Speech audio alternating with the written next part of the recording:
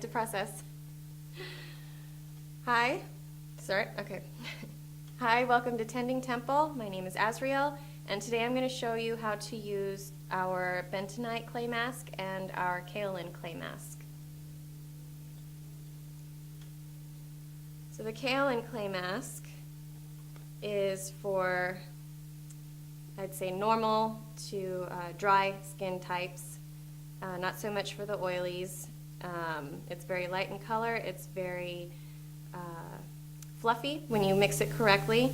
This is how it comes. It's already somewhat mixed when you get it, but I'm going to show you how to properly apply it. So this one's the kaolin, and this one is the bentonite. The bentonite works best on oily skin and acne-prone skin.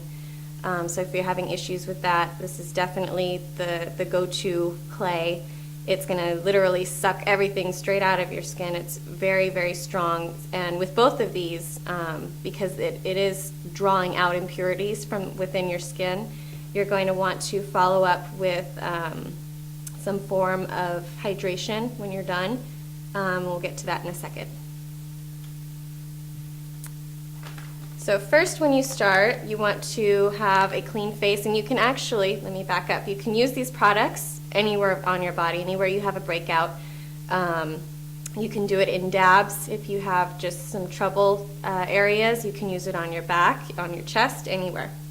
But if you're using it on your face, then you definitely want to wash any area that you're working on. You can use, these are my favorite, you can use these cleansing cloths if you're in a hurry, which saves you a little bit of time. So my hands are already clean, and I'm just going to go ahead and show you how to mix up your clays. So we'll start with the kaolin clay, and we'll just get a little tiny scoop. You do not need a lot. A little bit goes a long way with every single one of these products. So we'll put that in there, and just get a couple drops of water to spread it out. And make it a little bit loose. And you can apply just like this. And it should go on very smooth and silky. And you want to make sure that it's spread over evenly. If you have some parts that are lighter than others, you want to get the darker parts and even those out, because that's going to take longer to dry. And so you want it to be pretty even, about like that. You don't necessarily need to use a bowl and a mixer. You can actually just apply it with your fingertips, just doing the same thing. So with a clean hand, press in, get a little dab, dip it in the water, and apply it to your skin. And it works the same exact way, and it saves you having to clean up a little bit afterwards. So this one's for the kaolin. Let me back up. If you are going to use a bowl and a mixer, do not use any metal for either of these clays. It will tarnish the effects of the clay. So no metals, just strictly wood spoon or popsicle stick or plasticware when you're mixing everything. And this one, bentonite, it's the same thing. This one's a little bit thicker and might take a little bit more water than the kaolin clay, and rightly so, because it is such a powerful clay. There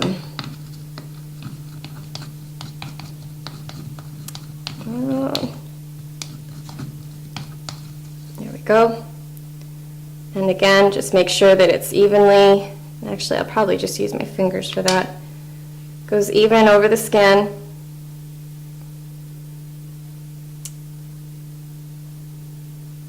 And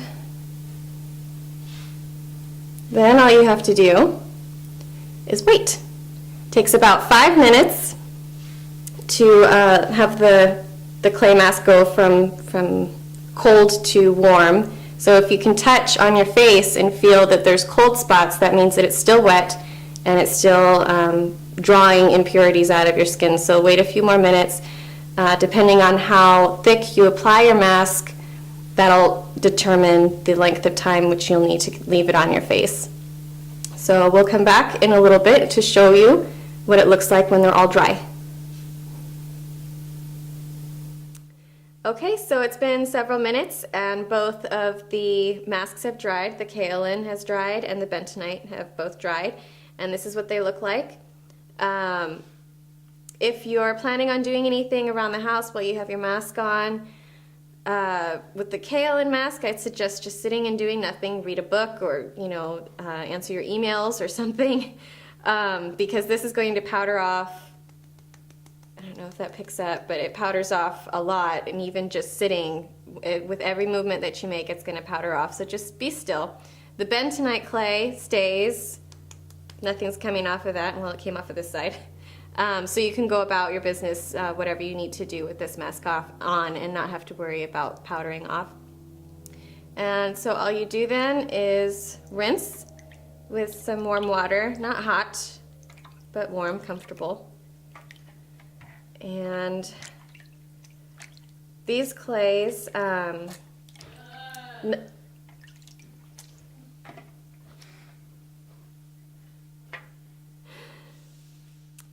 okay, so it's been several minutes and both of the masks have dried. The kaolin has dried and the bentonite have both dried, and this is what they look like.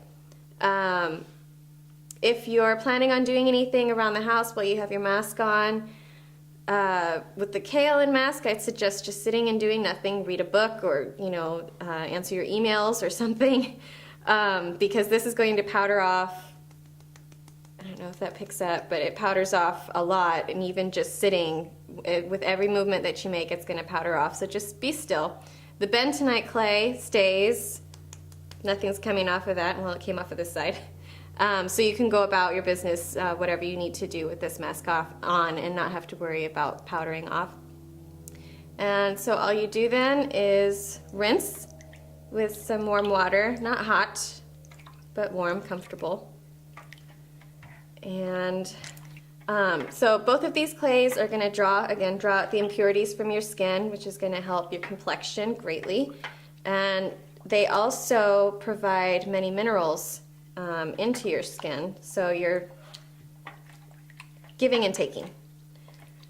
So once you have your mask completely washed off, pat dry, and that's something that it's another thing that people tend to do. They like to scrub really hard and try and dry off their bodies as quickly as possible. Again, you're just roughing up your skin. You're not doing anything to help yourself. Just pat dry, be nice, and apply something for hydration afterwards.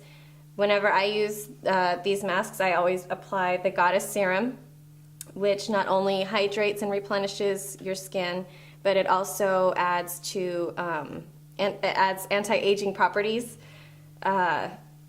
value rather, to your skin. So that little kick of frankincense, which you'll smell, activates many things within your body that help to keep your skin fresh and smooth, and I would say wrinkle-free, but it's a process and everybody ages, and it's just the natural way of postponing the hand of time. But you can also use sweet almond oil or jojoba oil if you have very sensitive skin. And if you do have sensitive skin, I suggest using jojoba oil with the bentonite clay, just because it is so powerful and it's going to be sucking out a lot. So if you're already sensitive, jojoba oil is definitely the way to go to soothe afterwards. Or if you don't have any of those things, you could just go to your kitchen and pick up some olive oil. A little bit on your fingers goes a long way. Rub around your face.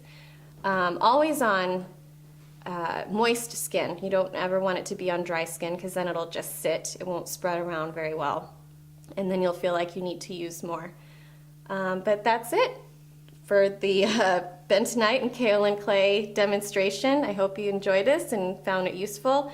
Thank you for stopping by Tending Temple, and we hope to see you again soon. Look and be healthy.